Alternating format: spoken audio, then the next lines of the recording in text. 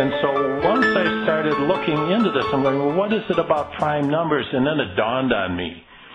The secret societies, probably for centuries, have worshipped, and they use numerology a lot. Like 911 was not just an accident. That was a very well-chosen date by these secret societies, the European banking community, to put the bolts to the United States, to start taking control and bringing the United States down. That was part of the plan. So what is it about prime numbers that they really didn't want the public to learn about? Well, I started to look at the dates. Let's look at just a couple basic dates. 911, a combination prime number. And then let's add 6. Now, in prime number analysis, it's always been known that 6 was many prime numbers differ by 6.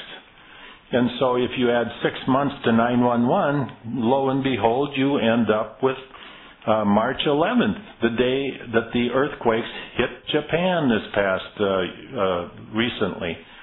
And so 6 months later. And so, I'm sorry, it's 311. Let me put it, so it'd be September, October, November, December, January, February, March. And so that's 6 months. So it's March 11th, I'm sorry, was exactly 6 months afterwards. So there you have that prime. And so the other thing is, it's very clear that throughout history, the ability to have an unbreakable code for their dates, which obviously they've been using prime numbers, thinking that the codes they were using, the relationships, would have no association.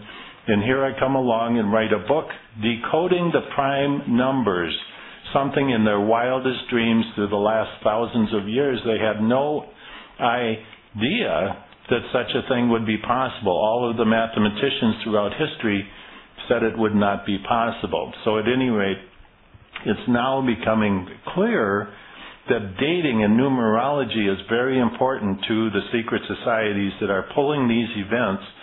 And I started to look at the earthquake patterns on the March 11th series of earthquakes in Japan. There were over 50 major earthquakes right in that same region that sent the tsunami into Japan. I think it was a little overkill, but from all practical purposes, it's starting to sound to me like there were probably 50 small nuclear tactical bombs in those caverns, in those crevices, in the plate boundaries that were ready to go to set off those earthquakes that rocked Japan and sent the tsunamis into Japan. Also the whirlpools that formed also would indicate that an underground explosion occurred where the water would lift up and then drop down in a centralized location. Not characteristic of an underwater landslide and not characteristic of other types of earthquake activity. So, of course, you would get a tsunami from those type of activities, landslides, but not the whirlpool type activity that was observed in that area after the earthquakes and after the tsunami. Okay, so at any rate, very strange situation, but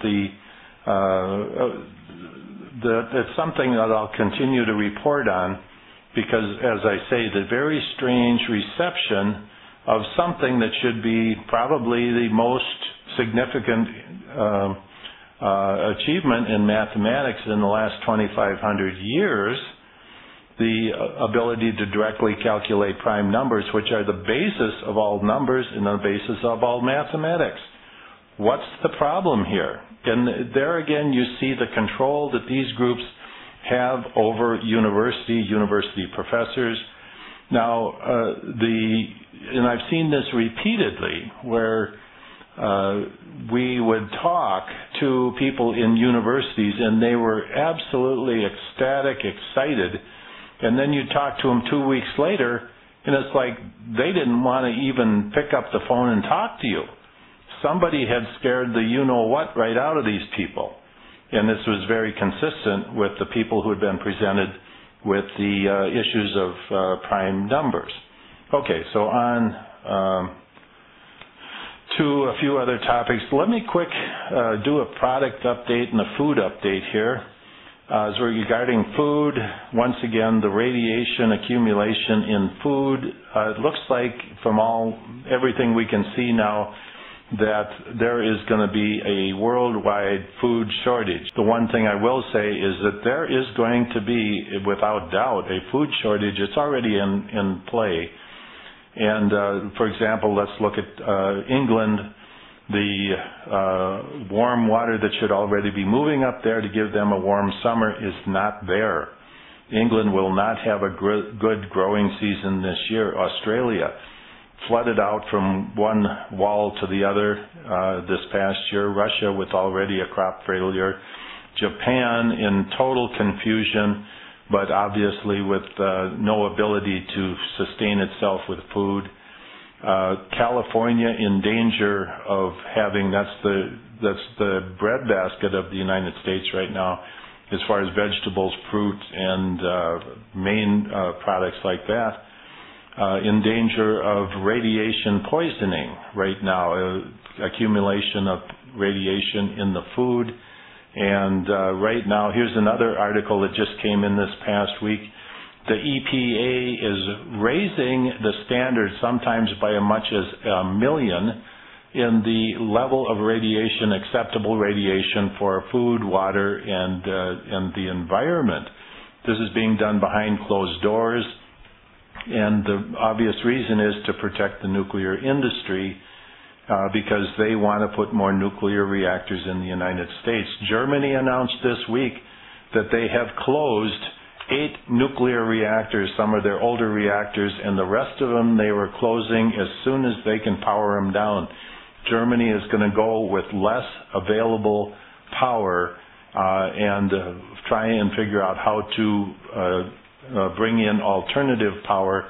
They're looking at wind solutions, but Germany is just basically pulling the plug on nuclear power. They have voted nuclear power out of existence. And of course, the United States, industry owns government here, so we're stuck with nuclear power plants all over the place on potential fault lines. And you can see that once one of these babies goes off, it's the end. And that's the thing that people have never really understood about nuclear power. All the claims of safety, all the claims of the ability to store the waste safely. Once one of these babies goes off, that's the end of the story, because the wind is going to do the rest. It's going to take that fallout, and it's going to poison everything until everybody is dead. So Germany taking the bull by the horn, so to speak, and shutting down all nuclear power. We should be doing that in this country, but as I said, the people have no power. So once again, the situation in California, however, is that they are receiving radiation from Japan, something that's totally underreported. You can report it in this country. You can see by the actions of the EPA trying to raise the levels, the so-called acceptable levels, some of them to the point where if people were exposed to these levels of radiation, 1 in 4 people would get cancer in very short order. That's the type of maneuvering that's going on in Washington these days. So at any rate, as far as food is concerned, I don't see any way around this. The United States, the majority of the breadbasket of the United States, the states from Indiana through Kansas and from Minnesota, Wisconsin, and the Dakotas on south, the majority of this land completely depleted of nutrients. It's some of the most nutrient-depleted land in the world due to farming practices. There is no wind belts that were required back in the 1930s during the Dust Bowl. The United States is headed for a bruising, and our politicians have absolutely no ability to do anything. You have people in the White House and in government and Congress that simply don't know anything. All they know how to do is take a bribe. Just a quick note, there was a publication put out recently. 40% of the income of the United States is borrowing to cover the deficit. Now, say that you have a credit card debt, and say you have a $20,000 credit card debt, and the interest on that credit card debt is, let's say, 10%, which would be pretty good given the horrific rates that the credit card rates that are being imposed today, some as high as 26%, which means if you make your standard payment, you will lose ground every month. But at any rate, the United States borrows 40% from fictitious bankers in England and Europe who have no more money than you and I, simply to pay the interest on the deficit.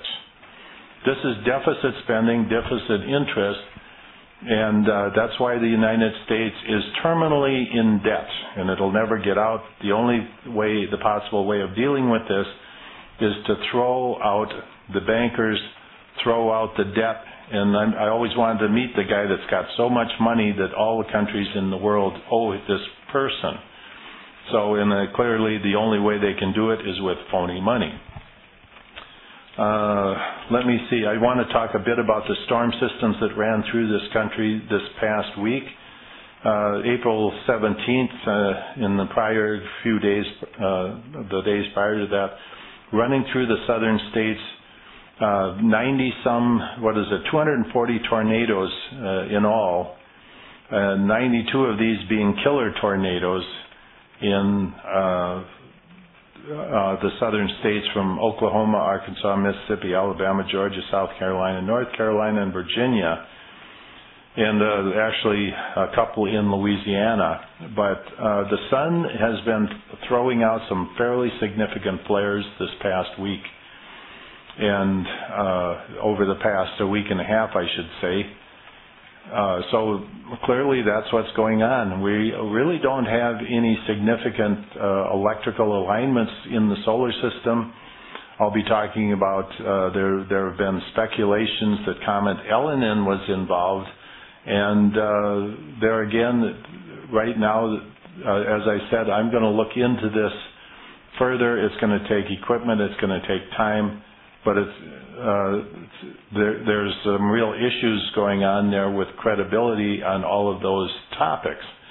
So there again, I'm not going to put my foot in a trap that's trying to be set by NASA and the disinformation crews.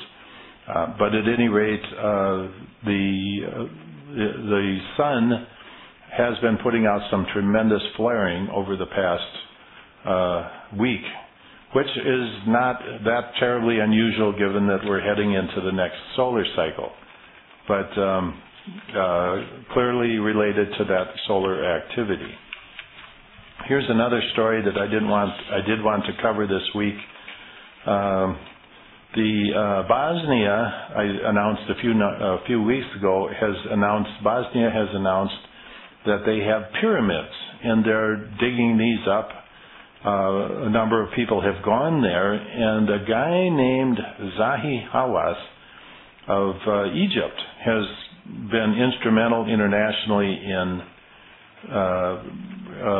stifling any research or any acknowledgement that there are, in fact, antiquities in Bosnia, which in fact could very much outdate the Egyptian pyramids. Egypt makes the vast majority of its income on tourism visiting the antiquities of Egypt. But it was very interesting. Now, it's a guy who's been at the right hand of the world secret societies in terms of interpreting antiquities in Egypt and maintaining the world view of antiquities and dating and our so-called knowledge of history. All of a sudden, he is pulled off the market